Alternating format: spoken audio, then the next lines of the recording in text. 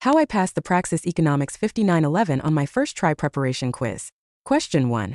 Suppose the labor market for nurses is initially in equilibrium with a wage of $30 per hour and employment of 10,000 nurses. The government then imposes a minimum wage of $35 per hour. At this wage, the quantity of nurses demanded is 8,000 and the quantity supplied is 12,000. Which of the following is likely to occur as a result? Is it? Option A.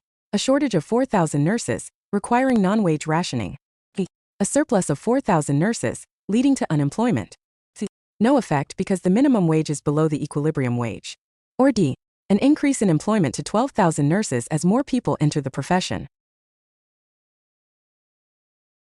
The correct answer is B. This question tests the effect of a binding minimum wage in a labor market. A minimum wage set above the equilibrium wage creates a surplus of labor. Quantity supplied exceeds quantity demanded. Here, equilibrium wage was $30, minimum wage is $35, which is binding. Quantity demanded falls to 8,000. Quantity supplied rises to 12,000. So 4,000 workers who want jobs at the minimum wage cannot find them, resulting in unemployment. Option A describes a shortage, which would occur with a price ceiling. Option B correctly identifies a surplus and unemployment. Option C is incorrect because $35 greater than $30, so it is binding. Option D is incorrect because employment is determined by demand, which falls to 8,000. The quantity supplied exceeding demand does not mean they are employed. Minimum wage laws create unemployment when set above equilibrium. Question 2. Suppose the consumer price index was 200 in 2020 and 210 in 2021. If a worker's nominal wage was $20 per hour in 2020 and $21 per hour in 2021, what happened to the worker's real wage? Is it? Option A. Increased by 5%. B. Decreased by 5%. C. Increased by 4.76%. Or D. Remained constant. The correct answer is D. This question tests real wage calculation. Real wage equals nominal wage slash CPI slash 100. In 2020, real equals $20 slash 200 slash 100 equals $20 slash 2 equals $10 in base year dollars. In 2021, real equals $21 slash 210 slash 100 equals $21 slash 2.1 equals $10. So real wage remained constant at $10. The nominal wage increased 5%, but inflation was also 5%.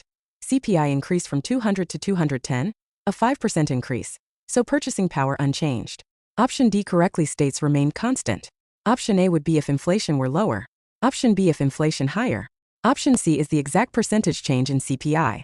The real wage is constant when nominal wage growth equals inflation.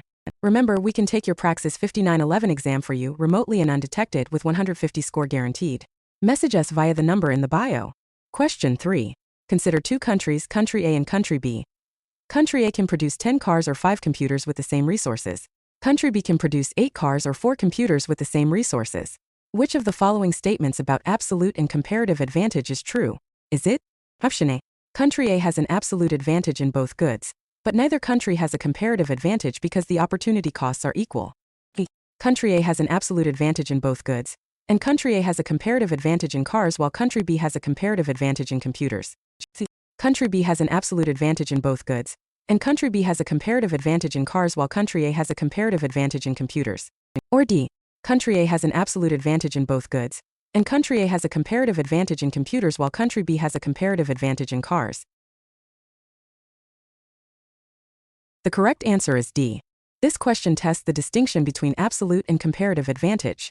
Absolute advantage refers to the ability to produce more of a good with the same resources. Country A can produce 10 cars versus B's 8, and 5 computers versus B's 4, so country A has absolute advantage in both goods. Comparative advantage is based on lower opportunity cost. For country A, opportunity cost of 1 car equals 0.5 computers, 5/10, and opportunity cost of 1 computer equals 2 cars, 10/5.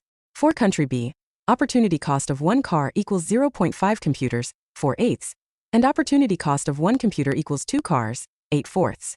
The opportunity costs are exactly equal, 0.5 computers per car for both, and 2 cars per computer for both. Therefore, neither country has a comparative advantage. The opportunity costs are identical. Option A correctly states absolute advantage for A, and that opportunity costs are equal, so no comparative advantage. Option B claims A has comparative advantage in cars, but opportunity costs are equal. Option C incorrectly gives absolute advantage to B. Option D also claims comparative advantage where none exists. The correct answer is A. This illustrates that absolute advantage does not necessarily imply comparative advantage, and when opportunity costs are equal, there are no gains from trade based on comparative advantage. Question 4. A small island nation has a limited amount of fertile land that can be used to grow either rice or sugarcane.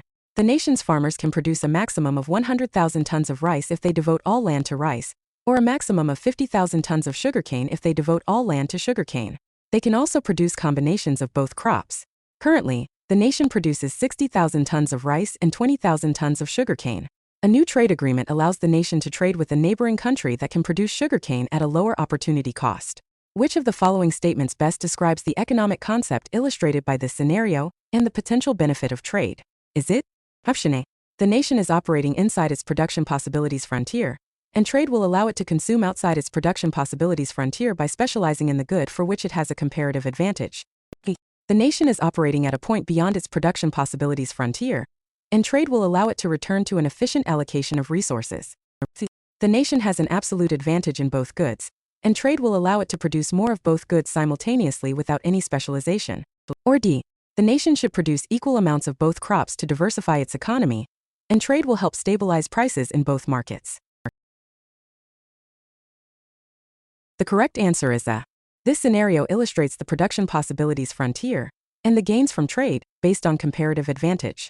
The production possibilities frontier shows the maximum combinations of two goods an economy can produce with its resources fully and efficiently employed.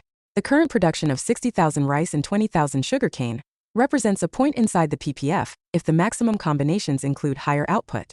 For example, if the PPF is linear, the trade-off is 2 rice for 1 sugarcane, 100,000 rice or 50,000 sugarcane.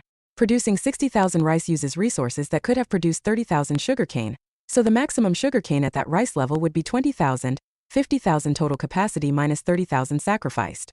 Actually, 60,000 rice uses 60% of rice capacity, leaving 40% for sugarcane, which would be 20,000 tons. That point is actually on the PPF if the trade-off is constant.